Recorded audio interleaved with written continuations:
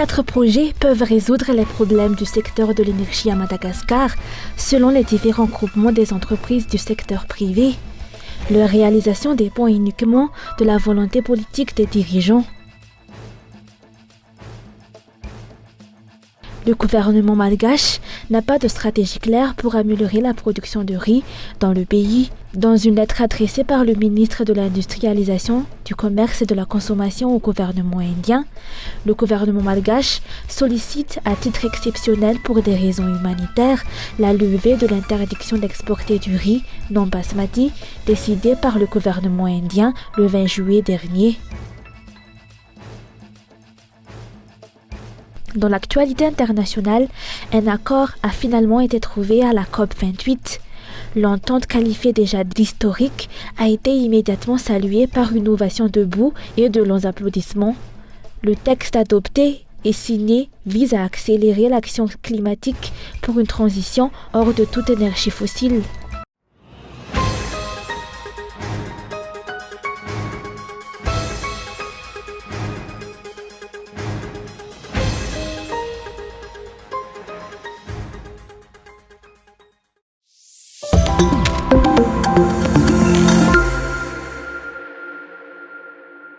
Quatre projets peuvent résoudre les problèmes du secteur de l'énergie à Madagascar. Dans une lettre ouverte aux autorités publiques concernant la distribution et la production d'énergie, aujourd'hui, les différents groupements des entreprises du secteur privé soulignent l'urgence de leur mise en œuvre immédiate. D'après les groupements des entreprises du secteur privé, les coupures de courant persistantes ont eu des répercussions négatives sur la compétitivité du pays et sa capacité de production au fil des années. Malgré les programmes élaborés ces dernières années pour étendre et réhabiliter le système de production d'électricité locale ainsi que le réseau électrique, et bien que des financements aient été trouvés, ces projets n'ont jamais été concrétisés. 4 projets se présentent comme une solution globale pour l'ensemble du secteur énergétique à Madagascar. Tout d'abord, le projet d'aménagement hydraulique SAOUFC sur le réseau interconnecté d'Antananarivo, RIA, visant à rééquilibrer les comptes financiers déficitaires de la Chirama. Ensuite, le projet d'aménagement hydroélectrique Volubé, intégré dans le réseau interconnecté de Tuamasin, RIT. Suite à la réalisation de ces 2 projets, 2 initiatives de transport électrique, le programme PRIRTEM 1, projet d'interconnexion et de renforcement des réseaux de transport d'énergie électrique à Madagascar, pour l'interconnexion du réseau interconnecté de Tuamasin au réseau interconnecté d'Antananarivo, et le programme PRIRTEM 2, pour l'interconnexion du réseau interconnecté de Fianarantsoa au réseau interconnecté d'Antananarivo pourrait être concrétisé. Les groupements des entreprises ont souligné le fait que ces projets sont déjà financiers et il ne reste plus qu'à les mettre en œuvre, surtout à l'heure où, dans le cadre de la COP28, les pays africains se sont engagés à multiplier par 5 leur capacité de production d'énergie. Tout dépend maintenant de la volonté politique des dirigeants pour concrétiser ces projets et résoudre les problèmes d'électricité dans le pays.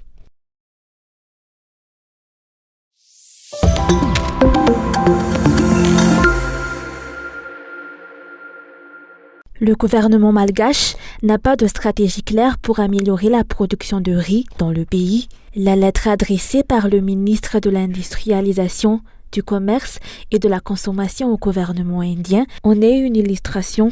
Dans cette lettre au ministère indien de l'Industrie et du Commerce, le gouvernement malgache sollicite à titre exceptionnel, pour des raisons humanitaires, la levée de l'interdiction d'exporter du riz non basmati décidée par le gouvernement indien le 20 juillet dernier. Il explique que l'interdiction d'exporter du riz non basmati risque de mettre inévitablement en péril des millions de vies à Madagascar et affecter la sécurité alimentaire.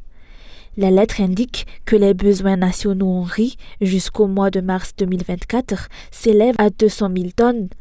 Pour les analystes politiques, une telle situation suscite des interrogations vu qu'en octobre dernier, l'Observatoire du riz avait annoncé que les importations de riz couvraient les besoins.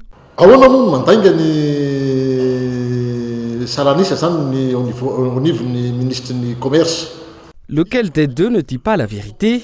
Le ministère de l'Agriculture ou le ministère du Commerce ? C'est le ministère du Commerce qui a envoyé la lettre en Inde. Je veux être clair, on veut importer 200 000 tonnes de riz alors que le gouvernement indien interdit l'exportation du riz. Vu la hausse du prix du riz en Inde, plusieurs pays sont affectés par cette interdiction d'exportation. En juin, Madagascar a passé commande de 200 000 tonnes. Le bulletin mensuel de l'Observatoire du riz d'octobre 2023 fait valoir que les importations du riz ont diminué grâce à une bonne gestion des stocks sur le marché. Or, ce n'est pas la vérité, car dans sa lettre au gouvernement indien, le ministère du Commerce explique que l'on va mourir de faim si ces 200 000 tonnes de riz ne nous parviennent pas. Il s'agit donc d'une pure manipulation auprès de l'opinion publique. Nous pouvons constater que le prix du riz est en hausse. C'est dû à une mauvaise gestion. Le ministère du Commerce se confond en sollicitation dans sa lettre pour qu'une exception se fasse pour Madagascar concernant les 200 000 tonnes. Ary le ministre tena mitalao mihitsy amin'ny gouvernement indienne amin'le hoe alefao ihany anaova exception zay amin'le 200 000 tonnes. Pour cet analyste politique, la société SPM, State Procurement of Madagascar, ne détient que 20% des fonds pour importer du riz et ne dispose donc pas du financement nécessaire. Par ailleurs, des calculs politiques sous-tendent les importations de riz par milliers de tonnes et il s'agit là d'une pratique courante. On affectionne particulièrement les subventions dans les importations de riz car elles permettent des gains particuliers de $10 par tonne au minimum. Faites le calcul, ils gagnent $10 par tonne lorsqu'on importe du riz. Il serait plus logique de subventionner les paysans producteurs pour qu'ils produisent plus et d'améliorer l'état des routes pour leur permettre d'évacuer les productions. Le gouvernement n'a pas de stratégie précise concernant la production de riz sur un plan d'ensemble. Il faut aussi savoir que le SPM, qui est une société d'État, n'a pas les fonds nécessaires à l'importation de riz. Sur la totalité de riz importé, 20% seulement appartiennent à la SPM. Le reste appartient aux opérateurs Karan. Telle est la situation car la SPN n'a pas d'argent.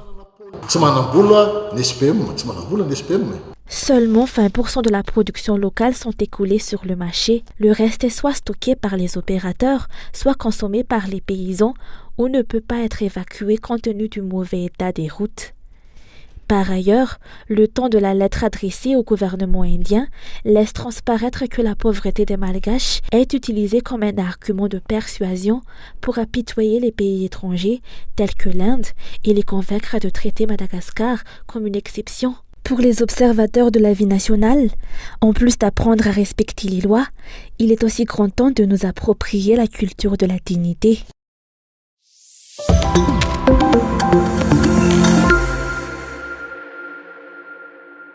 La souveraineté nationale est menacée par le fait que le pays a à sa tête un dirigeant qui n'a plus la nationalité malgache. C'est le message de la RFM, l'Assemblée des chefs traditionnels qui a lancé aujourd'hui un appel à tous les Malgaches, sans distinction, ainsi qu'à toutes les forces vives, afin de défendre la souveraineté nationale face à cette nouvelle forme de colonisation émergente dans le pays.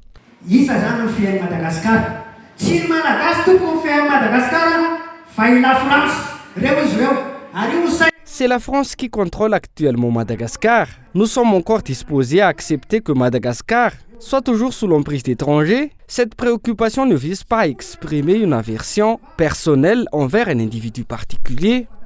Cependant, nous sommes conscients que cet individu n'aura jamais eu ce document qui lui confère la nationalité étrangère sans des négociations préalables. La personne en question a accepté et fait le serment de servir la France. Est-il concevable qu'une personne au service de la France puisse diriger Madagascar ? Chaque Malgache doit prendre conscience de cette réalité, car cette situation porte atteinte à l'honneur de notre pays. Nos ancêtres ont lutté pour la restitution de Madagascar aux Malgaches.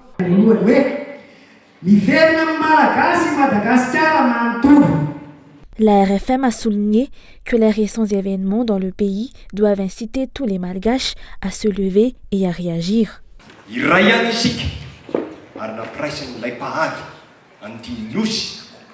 Nous formons un tout, réuni par le Créateur sur cette île unique. Que cette union ravive l'espoir au sein de la population malgache, car aujourd'hui, tous les composants de notre société, tous les ethnies et les chefs traditionnels se sont unis. L'espoir est présent dans notre pays et nous ne devons pas désespérer face à la situation actuelle.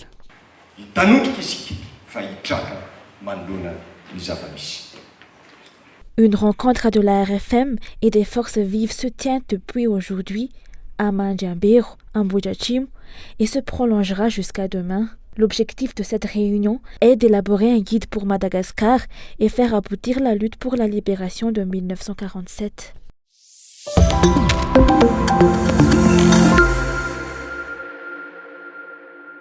Le respect des principes de l'état de droit régresse de plus en plus compte tenu des récents événements, ont déploré les politiciens. Ils ont souligné que le respect de la loi est l'unique moyen de redresser le pays face à l'extrême pauvreté. Le groupement politique pour la restauration de l'état de droit a affirmé que l'application de la loi dans le pays est marquée par la tyrannie et l'intimidation perpétrées par les dirigeants en place. Fantatsika ny antsojaina nataon'ny mpitondra fanjakana ankehitrio. Izay ambaranay foana fa fanjakana jadona satria le harcèlement politique exercé par les dirigeants actuels est manifeste. Ce gouvernement est un gouvernement tyrannique car il a imposé par la violence et en violant la Constitution une personne n'ayant pas la nationalité malgache à la tête du pays. Pour nous, c'est un acte de tyrannie. C'est face à cela que 165 partis politiques se sont unis dans ce groupement pour concentrer les idées afin de déterminer la marche à suivre pour restaurer l'honneur du pays. La solution pour le bien des Malgaches ne peut être trouvée contre Malgaches. Selon le Fizazim, Fiumbulanzanakinsivan Madagascar, la constitution n'a pas été respectée et le système judiciaire du pays est utilisé à des fins personnelles.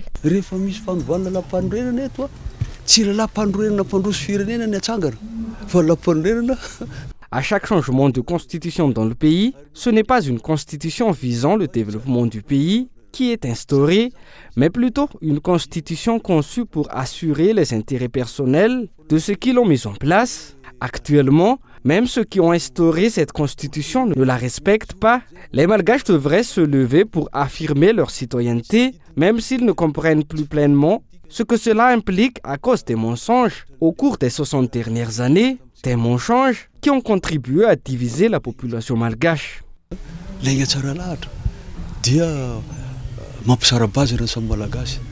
De nombreux politiciens, organisations de la société civile et diverses entités continuent à émettre des critiques envers les violations de la loi commises par le régime actuel.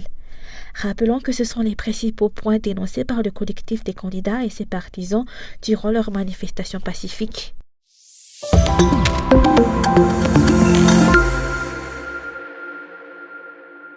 D'après les producteurs de vanille de la région Sava, ils ont été dupés par les collecteurs. Ceux qui ont conclu un accord avec l'association des producteurs de vanille de la région Sava n'ont collecté que 12% des produits, à un prix très bas, qui ne respectent pas les termes du contrat. L'association des producteurs de vanille de la région Sava a également déploré les pressions subies par les producteurs de vanille et la violation flagrante de leurs droits.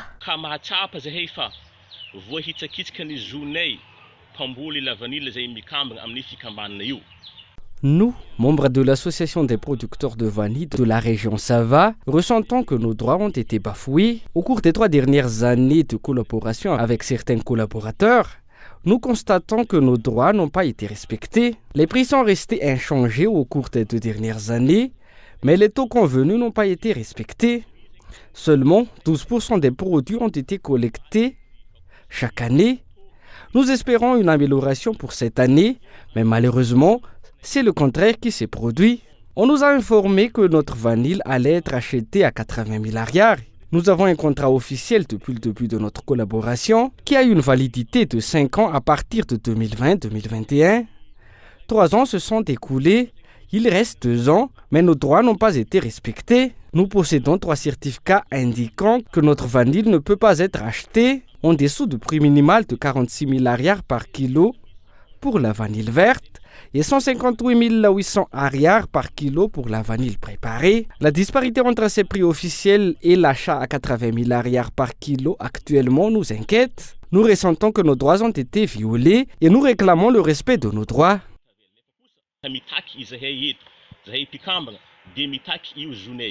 Ces agriculteurs ont déjà porté la situation à l'attention du maire local, mais jusqu'à présent, aucune solution n'a été apportée au problème. Ils ont appelé les autorités compétentes à intervenir et résoudre cette situation.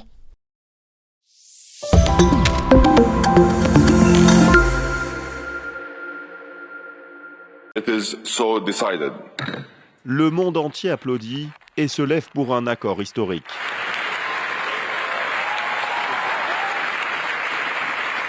Après plusieurs nuits intenses de négociations, la COP28 se conclut par un consensus. Le président émirati de la conférence, Sultan Al-Jaber, s'en félicite. And from the bottom of my heart, thank you. Du fond de mon cœur, merci. Nous avons fait un long voyage ensemble. Au cours des dernières semaines, nous avons travaillé très dur pour sécuriser un meilleur futur pour nos peuples et pour notre planète.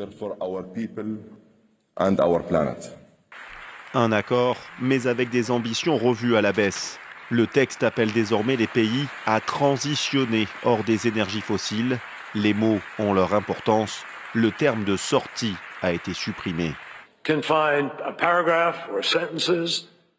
Vous trouverez toujours des phrases, des paragraphes, des sections que l'on aurait pu tourner différemment, que l'on aurait aimé ne pas voir apparaître. Mais dans un environnement multilatéral, avoir un document fort en commun, je trouve que c'est une source d'optimisme.